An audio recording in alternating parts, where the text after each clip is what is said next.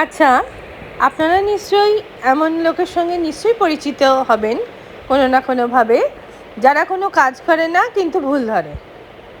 এটা হলো না, সেটা হলো না, এটা ভুল হয়েছে, সেটা ভুল হয়েছে। তো উম, আগেকার দিনের লোকেরা যারা ছিলেন তারা না কিছু মুখের ওপর বলতে পারতেন না।